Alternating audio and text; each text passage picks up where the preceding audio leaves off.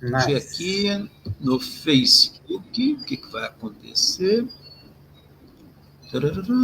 Tá. Estamos no ar, estamos ao vivo, tá? Deixa eu verificar aqui quem que aparece aqui nos comentários conosco. Eu vou postar um comentário aqui, porque eu estou apanhando numa coisinha aqui no uso do StreamYard, que os colegas, os amigos que estão online podem nos ajudar. O Fernandes está tentando entrar. Eu quero compartilhar o grupo, eu quero compartilhar o link do Facebook para as pessoas poderem acessar. Não estou sabendo fazer isso ainda. Deixa eu ver aqui pelo Facebook se eu consigo. Deixa eu pegar pelos comentários. Pelas notificações. Vamos ver aqui se a gente consegue. A F está ao vivo. Ok. Aqui. Agora eu vou tentar compartilhar o link do WhatsApp. Exatamente. Você pegou aí? Você já achou? Eu achei aqui. Deixa eu ver aqui agora. Ótimo. Então, posta aí para mim que eu vou. Atenção. Você está postando para mim pessoalmente? Eu estou pegando aqui pelo... Gente, achar o link aqui tá que é uma loucura. Eu vou pelo celular, que eu acho que eu consigo mais fácil. É uma operação de guerra. Essa aqui, mas tudo bem.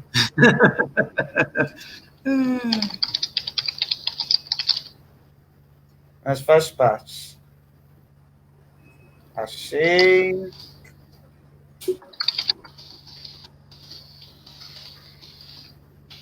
Agora sim. Eu consegui te enviar. Ótimo. Então, vou pegar aqui o seu envio. Cadê? Você me enviou pelo WhatsApp? Estou te enviando. Mandar também pro grupo. Vai pôr no grupo do Sejus, né? Coloquei no Sejus e coloquei também a minha rede aqui. A minha rede aqui, vou te contar, está numa velocidade espantosa. Que bom. Felipe Viana está aqui. E você pôs no Leis Moraes. Não, no Leis Moraes ainda não. Tá. Leis Moraes já foi. Para você também já chegou aqui, pelo que me informou. Só não abre, porque é tudo muito lento. Ótimo, tá aqui, ótimo. Deixa eu pegar pelo celular, que o 4G só corre nessa hora. Enquanto isso, nosso público vai entrando aí no nosso estúdio. Aliás, não, no nosso estúdio não, agora no nosso canal, né? Para a gente já começar. Então, sejam bem-vindos, pessoal. A gente só está aqui compartilhando o link com todo mundo, porque tem pessoas interessadas e a gente precisa já mandar para todo mundo para facilitar que eles querem acompanhar com a gente, tá? Então, vamos lá. Já estou compartilhando o link para todo mundo. A F, Sejus Henrique. Ok. Mandar também aqui em Goiás, tem vários grupos, sabe, o Felipe, que querem acompanhar também, sabe? É bom, que aí a gente conversa bastante. E eles fazem perguntas, trazem para nós o que for possível, e a gente faz um bom bate-papo. Eu espero que a gente tenha uma boa oportunidade de bate-papo hoje a respeito desse assunto que é tão importante, né? Verdade. Eu costumo dizer, eu toda a vida trabalhei em casa espírita atuando em área de curso, sabe? Então, bom, acho que foi para todo mundo agora. Eu acho que é mal de professor, né? Não tem jeito. Assim, professor vai fazer um curso. Não é? A gente acaba atuando nessa área de cursos. Então, eu falo assim, olha, toda a vida eu tive muito esse desafio de achar maneira de trazer a realidade que está ali, o que está escrito ali no Livro dos Espíritos, para a nossa realidade do dia a dia da casa espírita, né? Esse foi sempre um desafio, sabe? Então, daí, eu acho que quando surgiu essa ideia de a gente fazer o reestudo das leis morais lá na EFOS, eu gostei muito, porque vinha ao encontro de uma necessidade minha. de um antigo desafio meu. O Felipe, pronto, né? 10 horas, vamos começar, né? Vamos começar, já deve ter gente aí com a gente, né? Então, nós vamos iniciar, deixa eu ver aqui. Mas já está de bom tamanho para a gente começar. A gente começa. O Leonardo entrou, ó, coisa boa. O Leonardo está aí, né? O Leonardo estava ali cobrando o link. O Fernandes também deve estar tentando entrar lá, e eu já mandei o link também para todo mundo, então acho que tá bom. Então, gente, em primeiro lugar, um bom domingo para nós, né? Essa manhã abençoada, linda, tem um céu azul lá fora assim, maravilhoso, um tempinho fresco, e aqui eu tenho a honra de poder ver assim umas palhas de coqueiro assim da minha janela, é um negócio cabuloso, cabuloso, tão lindo, né? Então, acho que Deus abençoe, que a gente possa ter um momento muito abençoado de estudo, de reflexão, muito sintonizado com essa grandeza em que a gente está imerso, e às vezes até sem perceber.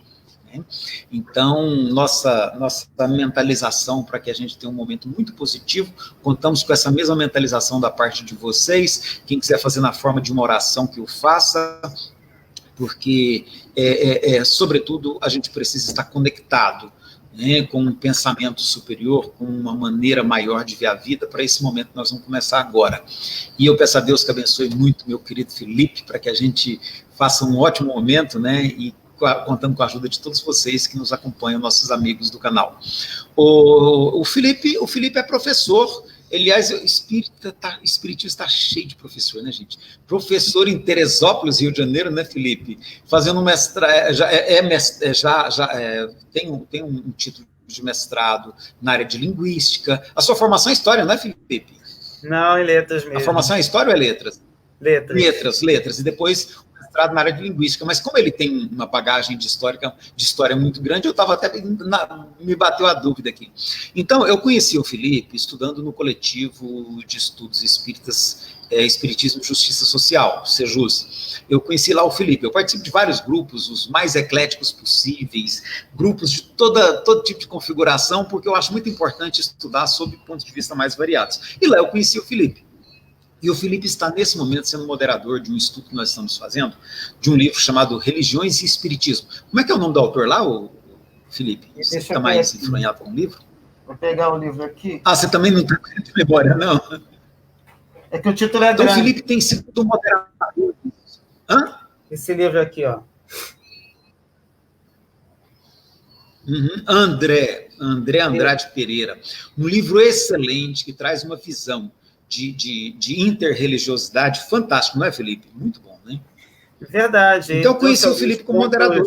Importante para a gente, exatamente para que nós pudéssemos analisar até a nossa própria religiosidade, né? Que a gente tem uma visão, às vezes, muito nossa, de achar que a nossa verdade é a única para todo mundo. E aí ele abre esse leque, mostrando que a postura correta, ou pelo menos uma postura mais adequada, tem a ver com essa noção de que cada um tem sua verdade. Lembrando até aquela frase, né, que a gente tem lá no Evangelho segundo o Espiritismo, apoiada num dos evangelhos que trabalham a vida de Jesus, que há muitas moradas na casa do Pai. Cada um está num patamar, então cada um que vivencie a sua verdade de alguma forma, da melhor maneira possível, de forma a acrescentar, a melhorar a humanidade dentro das nossas possibilidades, né?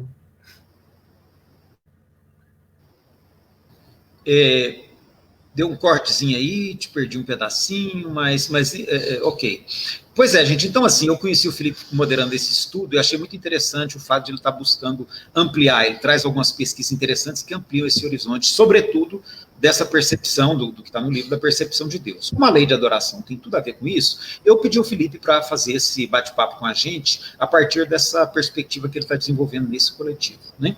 E aí eu até listei algumas questões aqui que eu quero conversar com o Felipe, mas a primeira delas, Felipe, o que você conseguiu reunir de material, de estudo aí, para trabalhar esse olhar atualizado sobre a lei de adoração? O que você conseguiu identificar, o que você conseguiu achar de material para a gente estar conversando a respeito? Fala para nós primeiro esse ponto.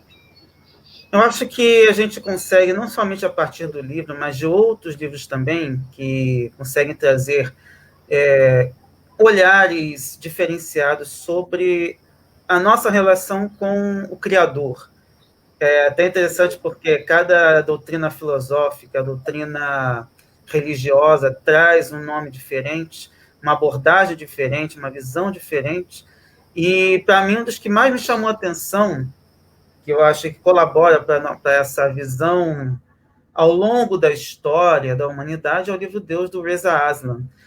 Muito interessante no sentido de observarmos o quanto, desde muitos séculos, milênios até, a gente tem essa relação com a divindade, ainda que adaptada à nossa visão.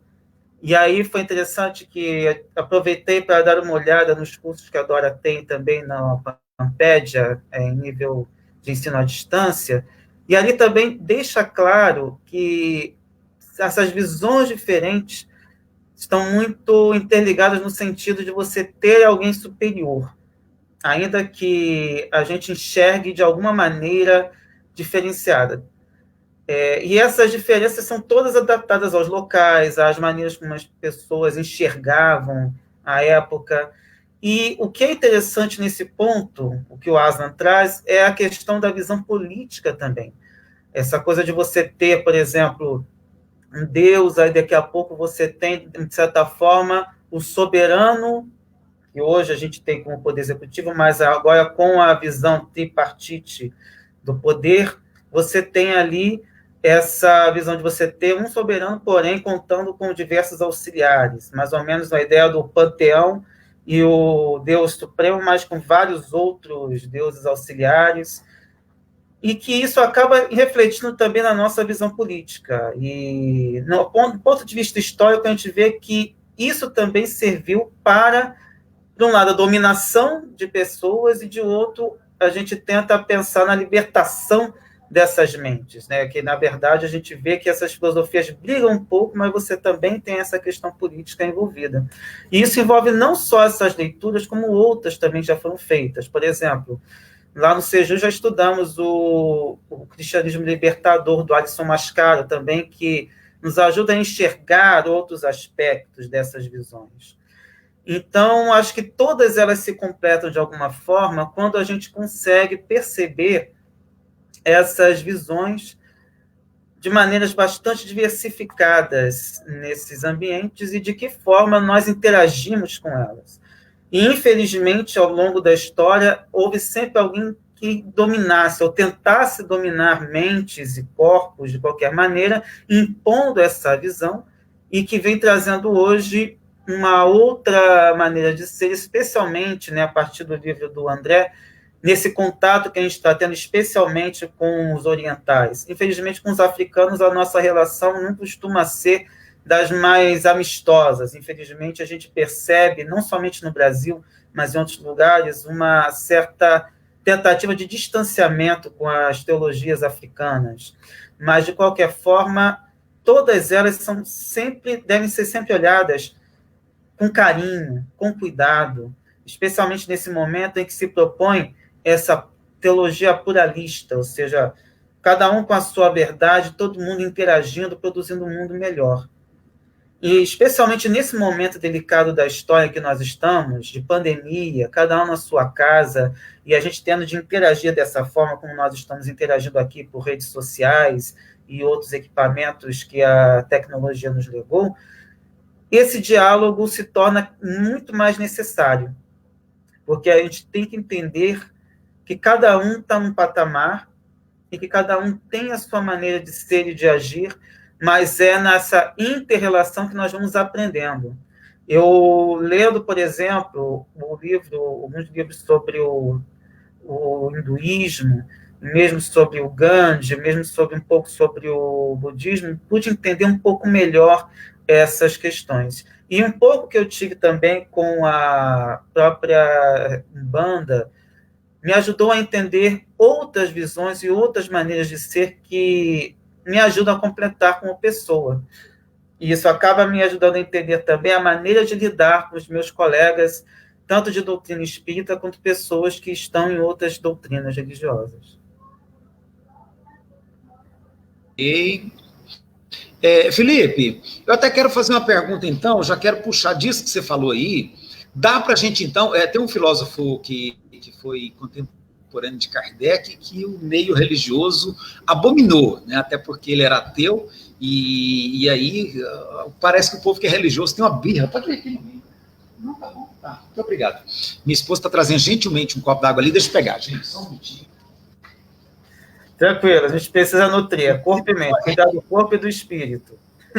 Vou te contar, viu? E o sufoco que a gente passou no início me deixou de boca seca aqui, tentando superar problemas de tecnologia aqui. Mas então, um filósofo que foi contemporâneo de Kardec,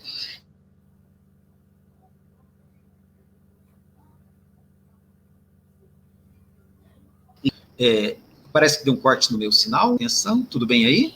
Tá, a internet às vezes nos prega peças, tá, gente? Às vezes tá sobre. Então, o que é o Feuerbach, né?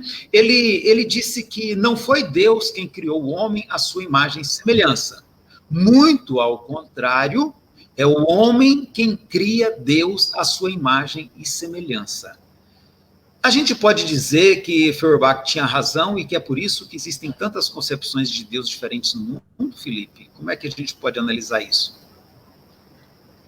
Eu acho interessante que o Aslan fala exatamente essa questão. Deus é uma criação humana, né? Então, a gente tem realmente uma visão humana que é transmitida para a nossa visão de Deus. Então, é uma coisa até um pouco esquisita de falar, especialmente quando a gente fala de doutrina espírita, quando está lá na primeira pergunta, o que é Deus? E aí, quando a gente pega a primeira edição de Livro dos Espíritos, a gente vê que aquilo é uma espécie de síntese que Kardec fez da resposta dos espíritos, que é aquela questão do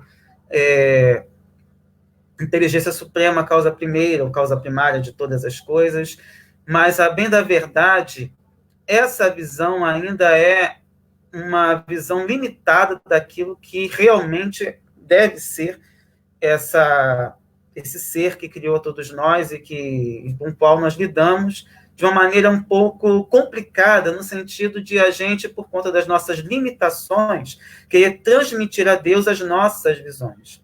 Tanto que o Paulo Henrique de Figueiredo, na tradução da Gênese, quando fala da Teodiceia, que é a ciência na qual Kardec se baseou para compilar os atributos da divindade, conforme a gente vê tanto no Livro dos Espíritos quanto na Gênese, nós temos ali uma ideia que nós temos de Deus, ou que é possível na nossa concepção atribuir a Deus.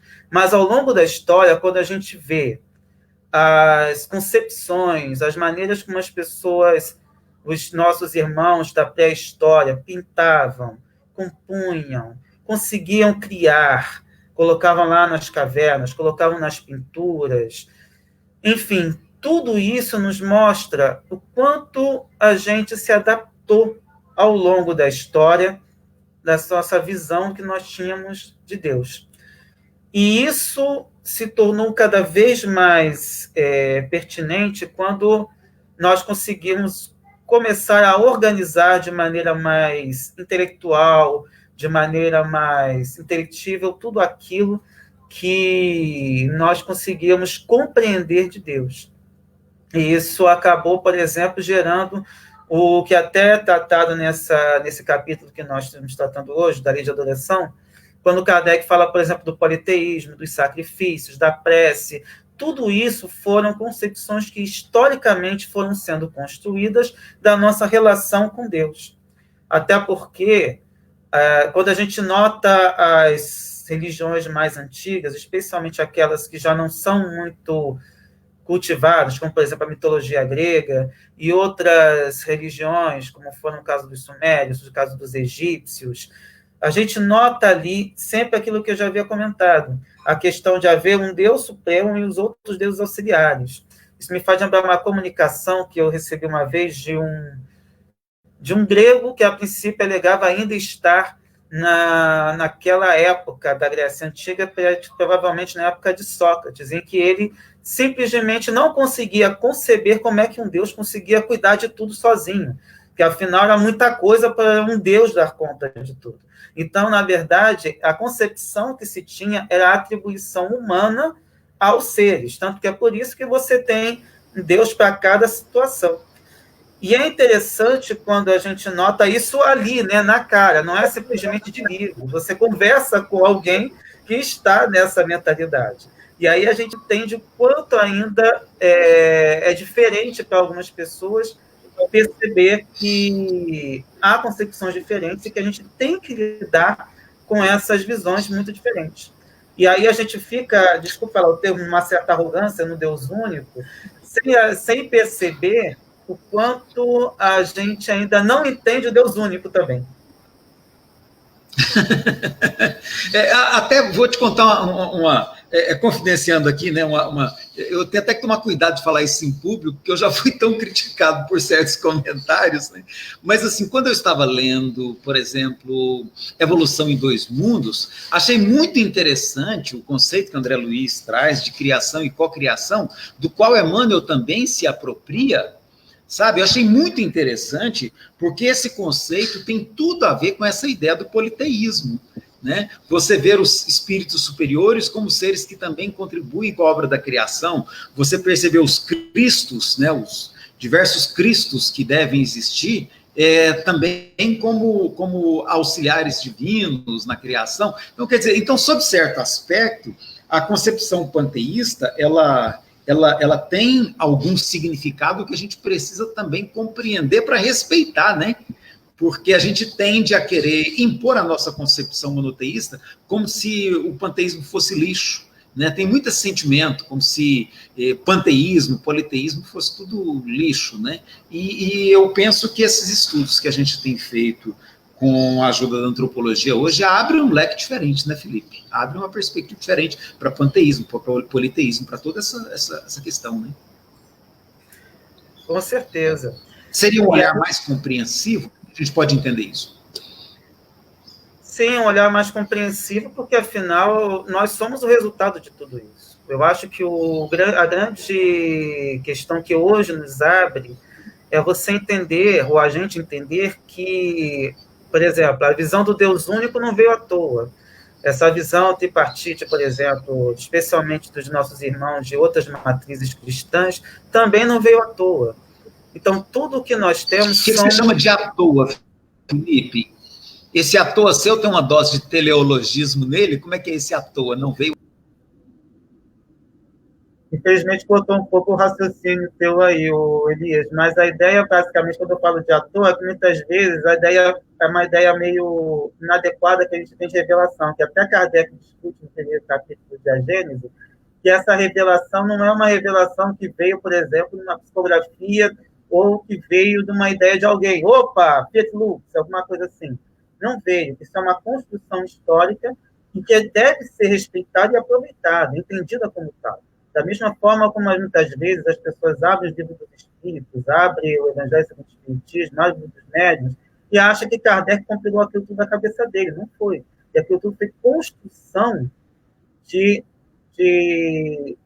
todo o conhecimento que estava disponível a Kardec naquela época. E quando a gente olha para a história da humanidade, a gente observa o quanto houve de construção desses conhecimentos e que foram sendo percepções, foram construções, brigas políticas. Quando a gente olha, por exemplo, a história da Igreja Católica, especialmente do século século I até o século IV, nós temos brigas homéricas entre os grupos cristãos para ver mais ou menos qual visão de Jesus e qual visão de igreja ia ser implementada. E isso acaba interferindo na nossa vida de adoração. Tanto que, por exemplo, a gente ainda se refere, mesmo no meio espírita, Deus como Pai, a gente ainda se refere a Maria como mãe, de alguma forma, mãe da humanidade. Então, isso acaba sendo alguns reflexos de construções que devem ser respeitadas, mas a gente sempre tem que ter uma concepção mais crítica. Crítica não no sentido de criticar, mas entender como foi essa construção. Isso não significa que o que a gente esteja fazendo aqui seja inválido ou inadequado. Significa que tudo isso tem uma construção.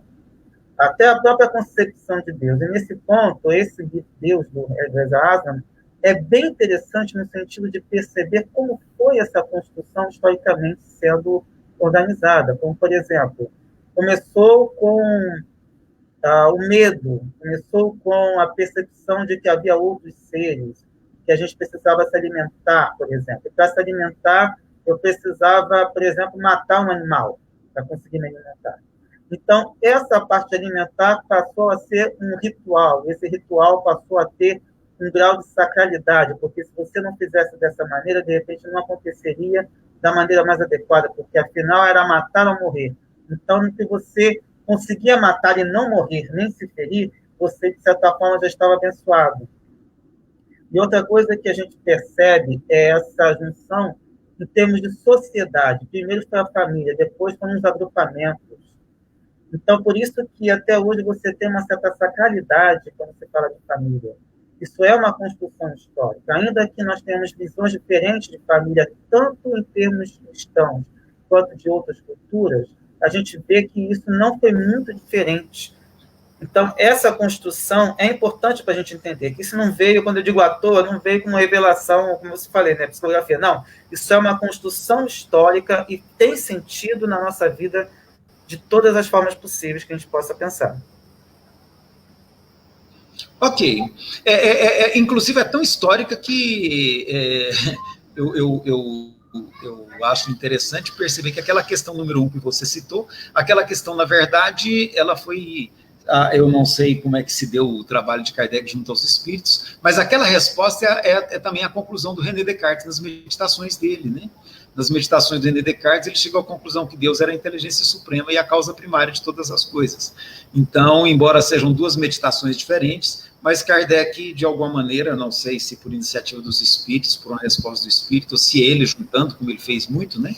Juntando as respostas para compor, a questão número 1 traz, então, uma síntese do pensamento cartesiano, que eu acho muito interessante. Então, valida muito essa ideia sua de que é uma construção histórica. Nós temos aqui várias pessoas acompanhando conosco, vou só pegar aqui, olha, quer ver que nomes bons aqui? Nós temos o Leonardo, lá de Belo Horizonte, a Ângela aqui de Goiânia, a Rose, deve estar lá em Rio Verde, né, Rose?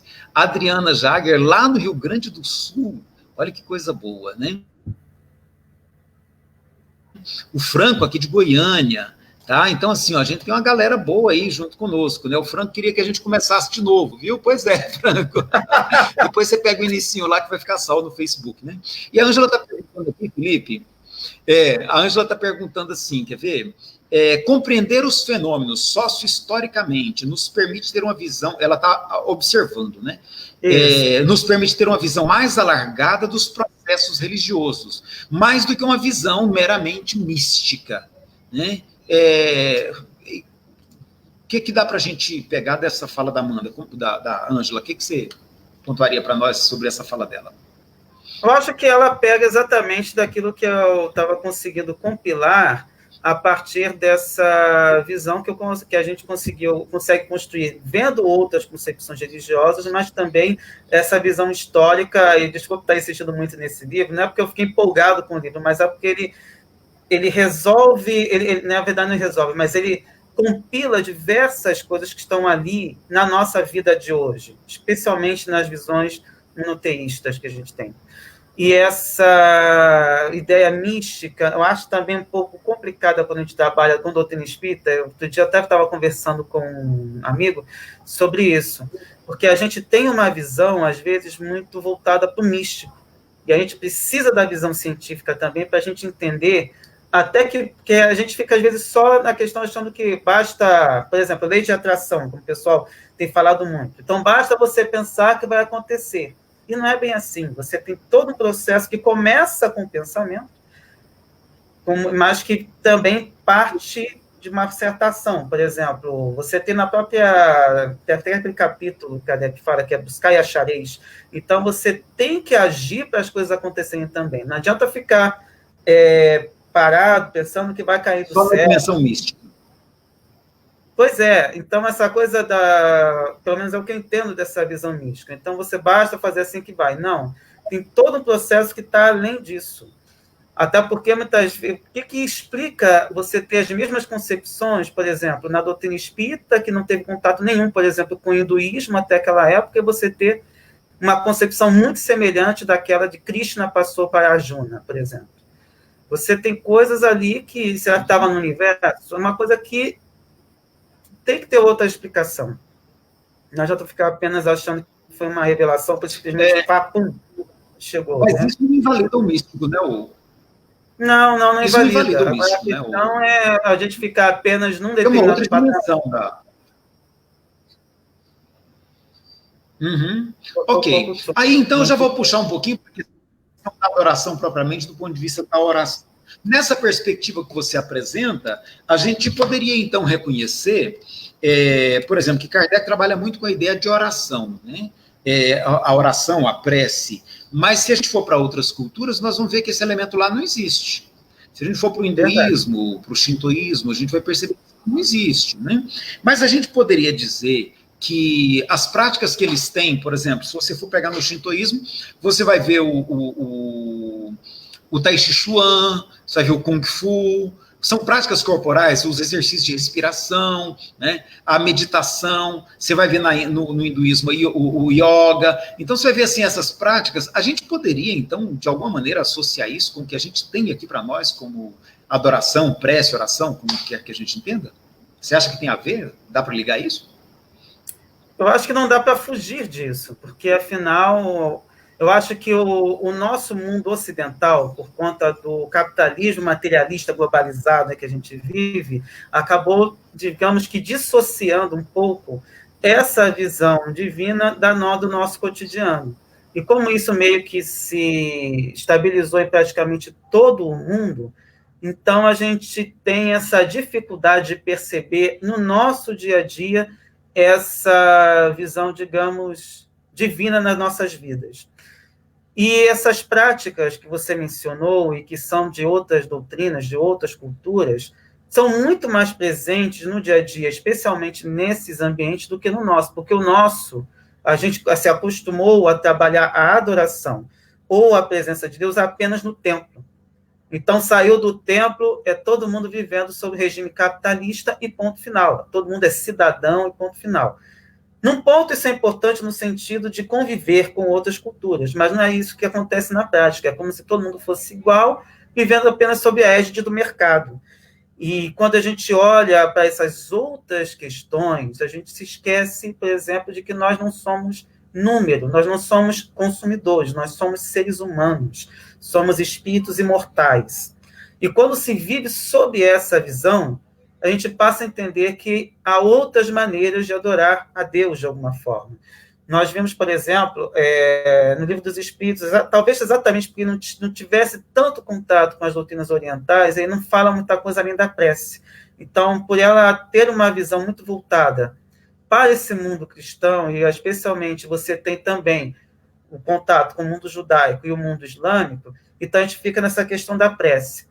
Quando a gente vai para outras doutrinas e que você tem outras formas de você se relacionar com esse ser superior que nos criou, você tem essa dificuldade. Olha, como é que você se liga a ele? Então, eu não preciso me ligar dessa maneira. Me faz lembrar uma frase que um amigo falou da Madre Teresa de Calcutá, que alguém acho que perguntou para ela, como é que você, o que Deus fala para você? Aí ele melhor, mais ou menos assim, como é que Deus se comunica contigo? O que você faz quando você está orando? Aí ele não fala, ele me escuta. Aí, e ele, o que ele responde? Ele não fala, eu só escuto. Então fica uma relação que não vai por palavras, vai por sentimentos. Então você, especialmente quando a gente pega um dos últimos capítulos que a gente estudou lá no Sejus, dessas relações que a gente vê nas práticas religiosas. Aí a gente entra nos pontos delicados, como, por exemplo, o Kardec vai falar depois dos sacrifícios, né, que ali, na visão que ele coloca, que os espíritos colocam, ali não é colocado de uma maneira muito positiva. Porém, se o que vale é a intenção, que é uma das coisas que os próprios espíritos colocam, ou seja, que a intenção, que é feito de coração, é o que realmente vale, então o sacrifício acaba valendo também. Da mesma forma que quando você trabalha o yoga, você trabalha a meditação, você trabalha as práticas hindus, as práticas shintoístas, tudo isso, feitas de coração, fazem parte. E só para lembrar dessa questão de você trabalhar com práticas religiosas diferentes, me faz lembrar o que o Talmud fala, e quem resgata isso é o Pastorino, dizendo que pouco importa a maneira como você trabalha, para quem você olha, para quem você direciona seu pensamento. Vai chegar lá, de alguma forma, no Criador. Ainda que eu entenda um Deus como um Deus único, ainda que eu entenda, por exemplo, meu sacrifício para o meu orixá, ainda que eu entenda a minha dedicação, o meu ato de adoração ao Deus particular a quem eu estou direcionando. O Felipe, isso aí, inclusive, remete a gente para uma questão cultural interessante. A Ângela fez uma observação aqui, que eu acho até que vem bem na linha disso que a gente está conversando. Ela diz assim, olha, penso que há várias formas e variáveis atuando sobre os fenômenos. O espiritual forças, né? Várias forças e variáveis atuando nos fenômenos. O espiritual é uma dessas forças, assim como também há outras forças, as forças políticas, sociais, biológicas, etc. O erro é admitir apenas uma força atuando, isso causa limitação na construção do nosso conhecimento. A Rose, lá de Jataí, uma colega nossa, muito atuante, que faz um trabalho brilhante em redes sociais, ela está dizendo assim, que Allan Kardec, na Revista Espírita de 1858, pergunta ao espírito Mehmet Al, que provavelmente deve ser muçulmano, aliás, um pachá do Antigo Egito, né? Os sacerdotes do Antigo Egito tinham conhecimento. Kardec pergunta da doutrina espírita, mas a gente tem que entender aqui que ele devia estar se referindo a esse conhecimento espírita, esses conhecimentos nossos, né? E o espírito responde, era o conhecimento deles. Então, podemos compreender que a doutrina é eterna e revelada gradualmente em cada época e em lugares diferentes, conforme a compreensão da humanidade em suas diferentes culturas.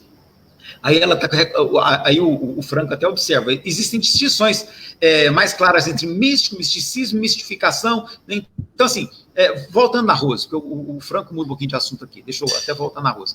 Então, assim, o próprio Kardec, na época, percebia que espiritismo é muito mais do que essa religião que a gente transformou ele hoje, né? É um conhecimento muito mais amplo, mais universalista e que engloba todas essas tradições. Bem lembrado, Rose. Eu acho que talvez seja essa perspectiva que a gente perdeu um pouco no espiritismo, né, o Felipe, que a gente acabou limitando. Então, por exemplo, a próxima pergunta que eu tenho para você é se dá para eu considerar, por exemplo, que a roda de dança do candomblé também é uma forma de oração que eu preciso perceber a validade e a legitimidade dela, uma roda de dança do candomblé. Como é que eu compreendo isso? Os espíritas, muito no meio espírita, isso é meio que sofre um preconceito. Aí entra na questão do racismo religioso, né, que infelizmente é uma realidade nossa. Eu não diria só do meio espírita, mas é uma coisa da cultura. A gente vê que o preconceito contra as religiões de matriz africana não são só do Brasil, são de outros lugares também. Inclusive, na própria África, há uma luta interna para que as pessoas respeitem as próprias religiões de matriz africana.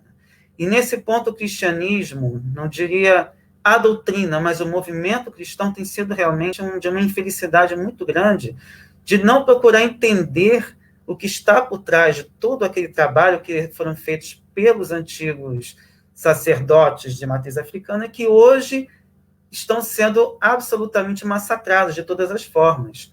E aí eu me lembro da Adriana de Nanã, que faz um trabalho no canal Paz e Bem, relatando e lembrando que tanto no islamismo quanto no judaísmo você tem o sacrifício religioso. Você tem também o sacrifício de animais com questões religiosas, o que remete àquilo que a gente já havia falado, que foi uma prática desenvolvida ao longo da história para a nossa questão de, assim, era matar ou morrer. Como eu matei e não morri, eu tenho que agradecer de alguma forma. Eu venci, então não é porque eu, por exemplo, venci sozinho. Houve alguma forma de superioridade, alguma coisa, força superior que me ajudou a conseguir realizar isso. Então, essa questão da roda, do candomblé, essa prática que, infelizmente, a gente olha com olhos muito preconceituosos, é algo que deve ser revisto da nossa parte. Esse respeito que devemos ter às outras doutrinas é algo imprescindível.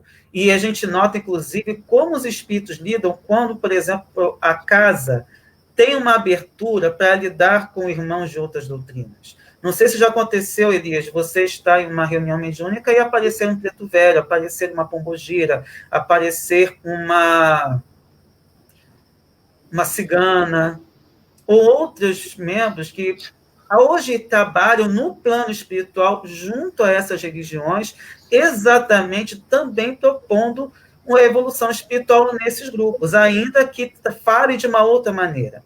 Todos eles trabalham com a perspectiva da evolução espiritual. Infelizmente, aí a gente tem que lembrar o que também está nesse capítulo, há pessoas que não estão bem intencionadas nem na doutrina espírita, nem em nenhuma outra religião. Essas pessoas é que realmente desagradam, mas que infelizmente acabam aparecendo mais.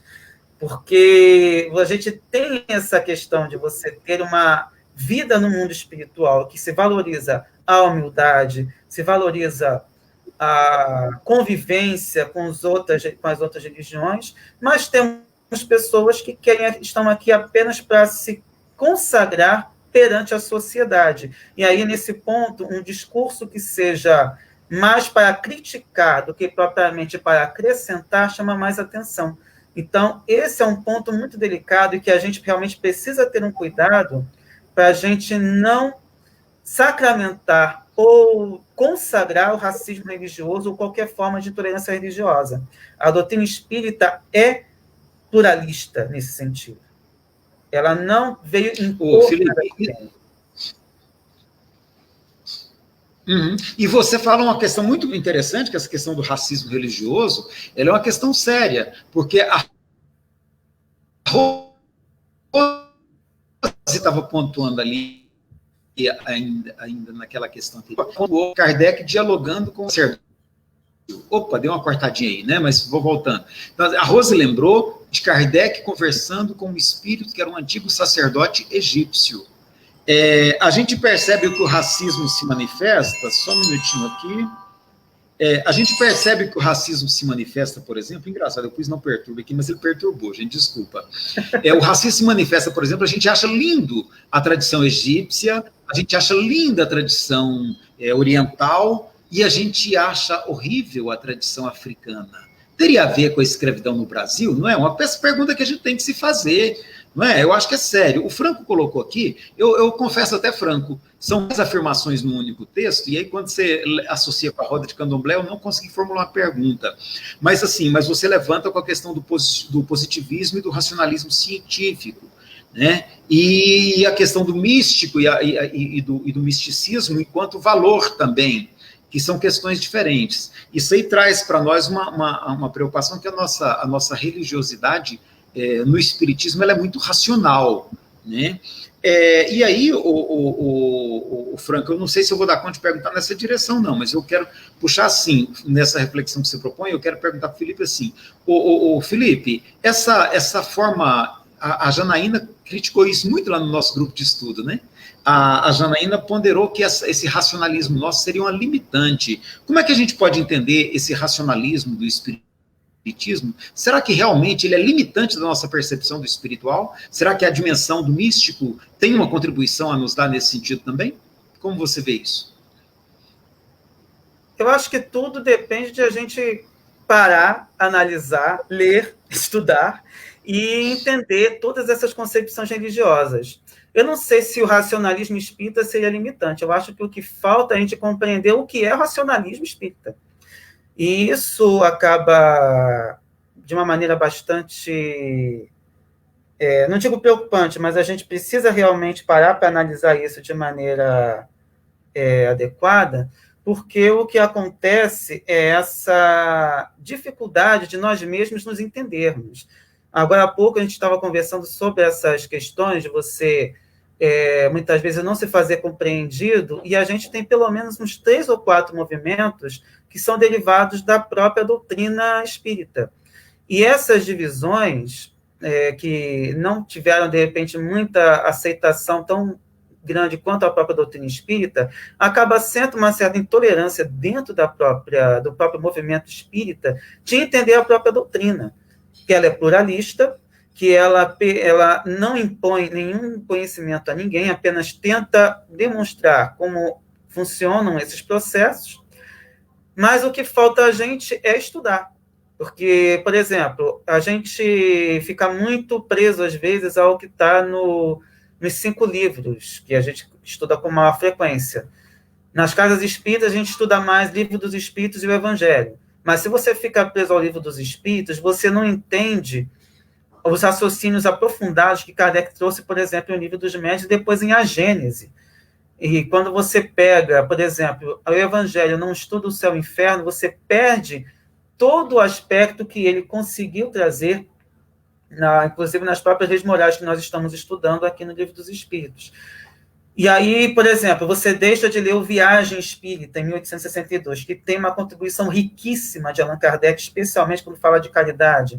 Você deixa de ler a Revista Espírita e perde todo o processo, não somente de construção dos livros, que a gente chama de codificação, como também esse diálogo com outras religiões. Por exemplo, ali nós pegamos, por exemplo, esse diálogo, que é a própria... Esqueci o nome, infelizmente, perdão.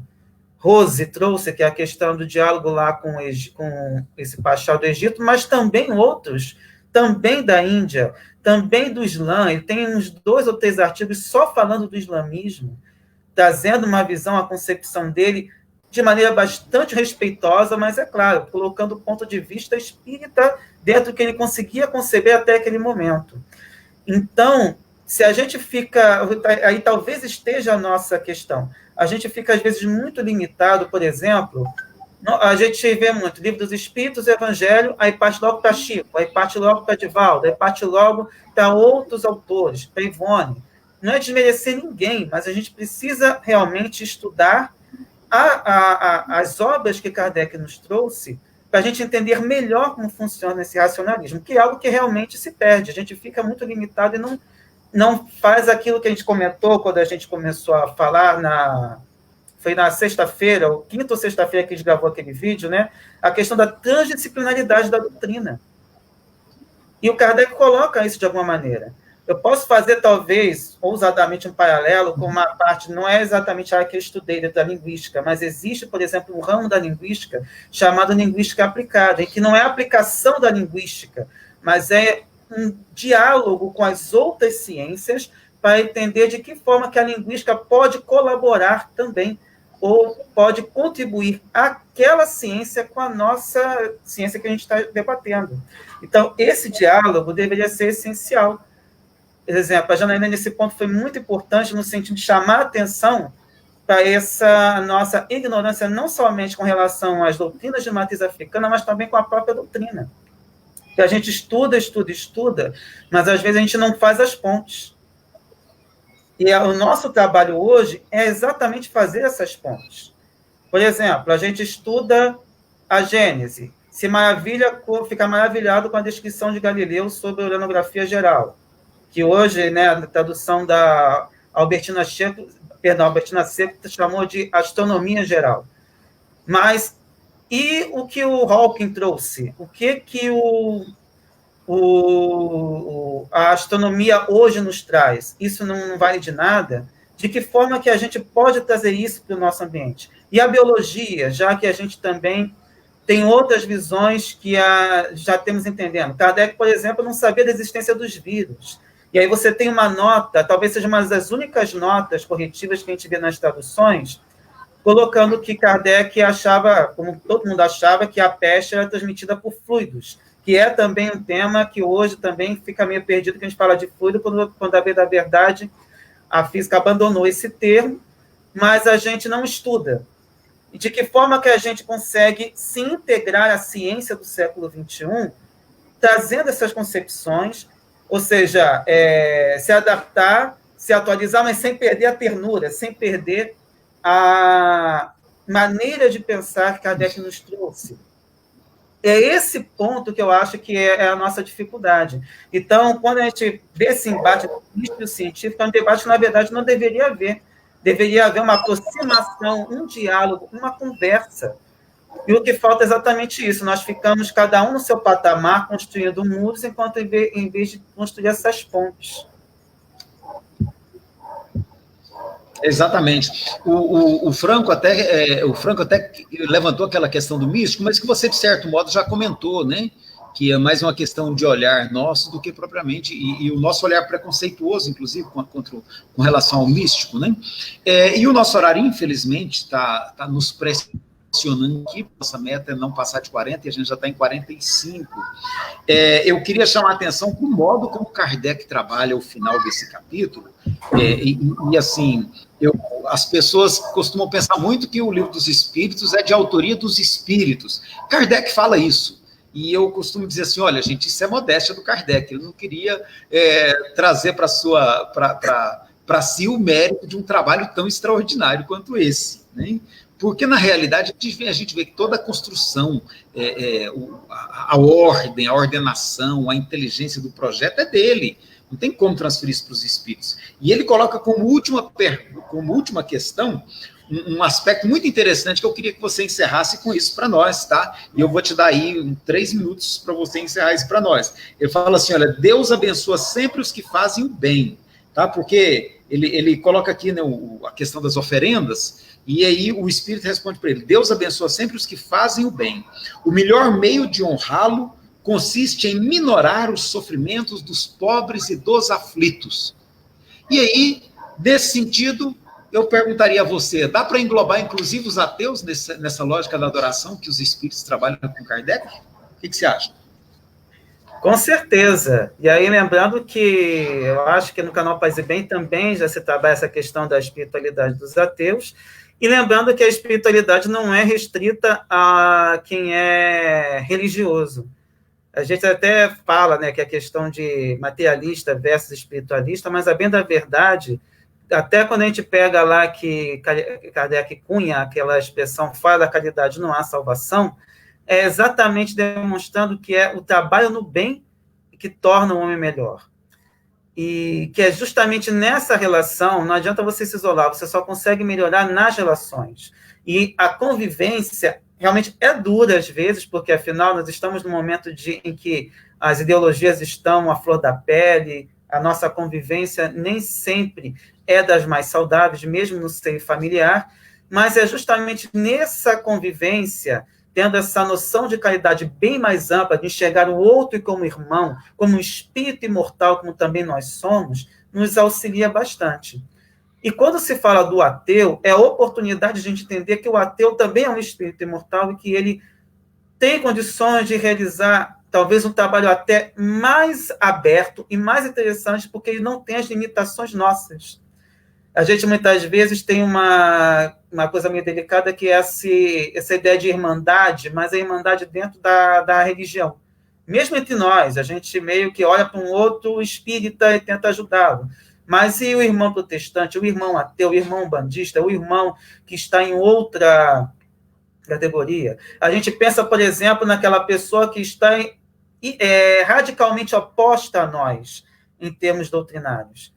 E ele é tão irmão quanto nós, tanto espírito imortal quanto nós, tanto filho de um criador como nós, independentemente do que ele creia, independentemente do que ele não creia. E isso realmente é complicado no sentido de que a gente ainda está muito imbuído dos nossos próprios preconceitos. E a gente deveria realmente pensar nos conceitos, deixando de lado esses pré-conceitos, ou seja, tudo aquilo que foi pré-concebido e que acaba impondo ao ateu uma pecha de que ele é materialista, de que ele é um egoísta, quando, na verdade, muitas vezes é simplesmente um irmão que simplesmente olha para os egoísmos dos religiosos e não crê nesses egoísmos.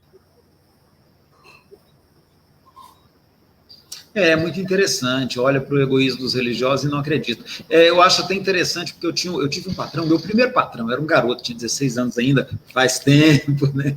Ele se dizia ateu, e se quisesse chamar ele para briga, era conversar a respeito de Deus. Ele falava, eu não discuto isso, porque esse Deus que vocês falam, isso não existe, não faz o menor sentido. Né? E era um homem extremamente generoso, um cidadão de primeira grandeza, responsável, solidário. Uma vez eu vi ele mesmo socorrendo uma pessoa que estava passando mal na rua e trazendo para dentro da casa casa dele, providenciando tudo, e medicamento, alimento para a pessoa. Então, assim, eu olhei e falei, gente, esse ateu aqui, ele tem uma crença diferente da minha, mas ele tem uma crença, né? Ele acredita em alguma coisa, em um humano, talvez até esse humano seja a transcendência que ele acredita, eu não sei, mas o fato é que as últimas pesquisas recentes mostram que pessoas que são ateus são mais solidários que pessoas que se afirmam religiosos. Isso é tudo muito interessante.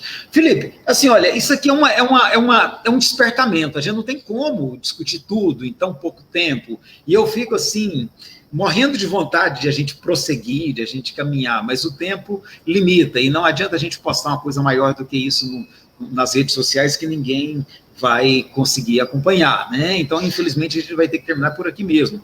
Mas eu queria, então, pelo menos aproveitar e dizer assim, olha, gente, vamos reforçar esses diálogos, essas discussões, quem quiser participar dos grupos com a gente, venha para os grupos, porque tem muita discussão boa rolando hoje para ajudar a gente a situar o espiritismo nessa perspectiva que o Felipe está trazendo aí, olha, num diálogo com a ciência de hoje. Você falou aí da astronomia, gente, o que mudou? A biologia, a sociologia, a antropologia mudou demais. E a gente está precisando fazer essas pontes entre o pensamento kardeciano e a ciência de hoje.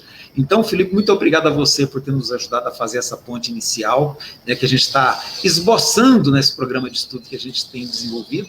Muito obrigado a você, muito obrigado a todo esse grupo que esteve com a gente hoje, nossos amigos da rede que estiveram aí pontuando. A Adriana até colocou aqui, olha, já vi espírito caboclo fazendo exercício psicografia como médico alemão, né? Então, assim, a gente tem tanto preconceito que a gente aceita o alemão e não aceita o brasileiro, tá? Só porque ele foi índio aqui no Brasil, a gente não aceita. Uma vez uma pessoa me disse assim, olha, se ele quiser falar aqui na nossa reunião, ele vai ter que falar como espírito. Eu falei, pois é, mas como espírito é que jeito? É como espírito de branco ou como espírito de índio? Né? Então eu fiquei pensando, olha, ele acha que existe um modelo de... Então, assim, eu estou achando muito bom essas discussões estarem acontecendo, porque da próxima vez que esse colega meu vai falar assim, ó, quando você morrer, eu vou te levar lá no terreiro de Umbanda, e quando você chegar lá, você faz favor de bater o ponto, falar bonitinho igual eles, porque senão nós não vamos deixar eles te aceitar lá, né? Eu acho que está sendo muito bom comentar isso, Felipe. Vamos abrindo a discussão, vamos chamar mais pessoas para incorporarem esse movimento nosso, que a gente precisa realmente trazer o espiritismo numa perspectiva sintonizada, como está sendo discutido hoje, no mundo de hoje. Senão a gente fica falando fluido, magnetismo, igual você falou aí, né? Que hoje a ciência não vê mais assim, a gente nem percebeu, a gente perdeu o bonde e não está vendo, né? Então foi muito bom, muito obrigado a você, muito obrigado a todos que estiveram conosco aí, nos ajudando nesse momento, e deixo para você se despedir, Felipe.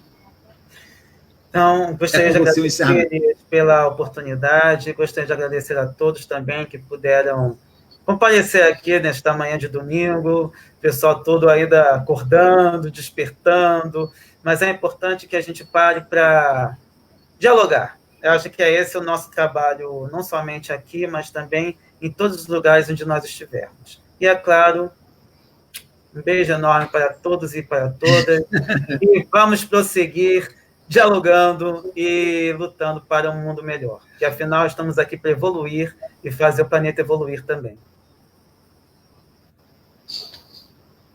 Abraço virtual para todos, né, gente?